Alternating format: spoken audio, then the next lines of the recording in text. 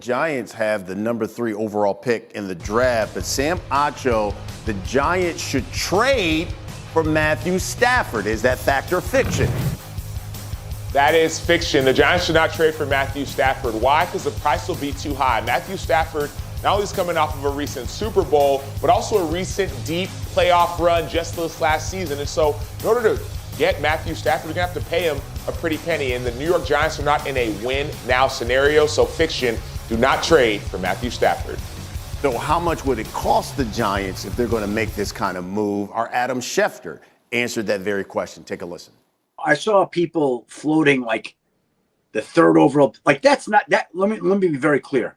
That pick is not in the conversation if Matthew Stafford and the Rams can't get a deal worked out, and if Matthew Stafford becomes available and all of a sudden the Giants surface as a contender. If all those things happen, and they could.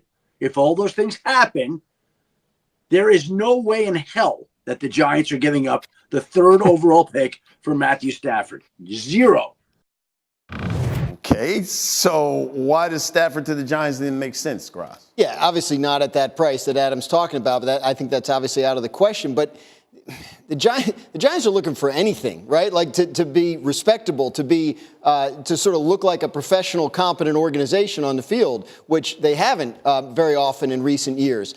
So, no, I mean, I'm not being funny. I mean, like, that's true. I mean, the record's what it is, and they haven't been able to sustain success. So bringing in someone like Matthew Stafford, if you cannot get your long-term solution in this draft, if you cannot go out on the free agent market and trade market and find your long-term solution, then bringing in a professional quarterback who's got the experience that Matthew Stafford has and building up a team around him to the point where, eventually you do get that long-term answer to plug in, I think it makes some sense from the standpoint of ownership wanting people to want to watch their games. Right? I mean, that's not nothing, right? Like you play in New York or New Jersey, but in the New York market, you play the Eagles at home and the stadium's packed with Eagles fans. You play the Commanders at home, the stadium's packed with Commanders fans. Like, you got to give your fans something, and the Giants have had a hard time doing that. But their quarterbacks got sacked so much. They've got so many. Well, I'm not saying that's the only move But that's the thing. I have a daughter 8. I have a son 5. So I go to these kid birthday parties all the time, and I see these piñatas up, right? And these kids get these piñatas. Why would Matthew Stafford want to come to New York and be a human piñata? That's a different question. Like, I don't understand why Matthew Stafford wants to leave L.A., but if, to Adam's point, if they can't get a deal worked out, if he becomes available, all that kind of stuff, I could see why he would have some appeal for the Giants. Even for me, like, if for the Giants, they're not in a situation where they're going to contend for a Super Bowl, so why am I paying top dollar for a quarterback to come in and just stabilize things? I'm not doing that. The interesting thing, Sam, when you look at this, it reminds me of when back in the day when they went and got Kurt Warner, a veteran guy to come in there to try to stabilize. It didn't work out, but they had a rookie in Eli Manning at the time who took over towards the end. They're not even close to having that kind of scenario. Give me your thoughts here. Well, it's not even just that. It's just the fact that Matthew Stafford, when he came from Detroit to L.A., it was to a ready-made team that could win now. And he did. He won now. And that's not the situation with the New York Giants. There are so many holes on the roster, even defensively.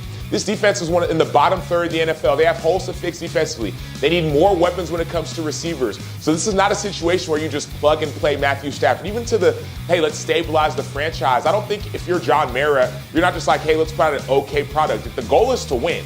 Right, either to win now or to win later. So to have somebody who's just like, okay, well, let's try and win more than 3 games. Maybe it's like that's not the right mindset. The better mindset is, okay, get a rookie quarterback and develop him. If you're going to bring in a veteran to help guide and lead that quarterback, then that's fine. But not Matthew Stafford. There's too many holes to try to fill. So I would also say this, from the Rams side of things, if I'm Les Snead, I'm not entertaining this. I was 13 yards away from beating the Super Bowl champions on their home field. Right. All right, let's talk about winning.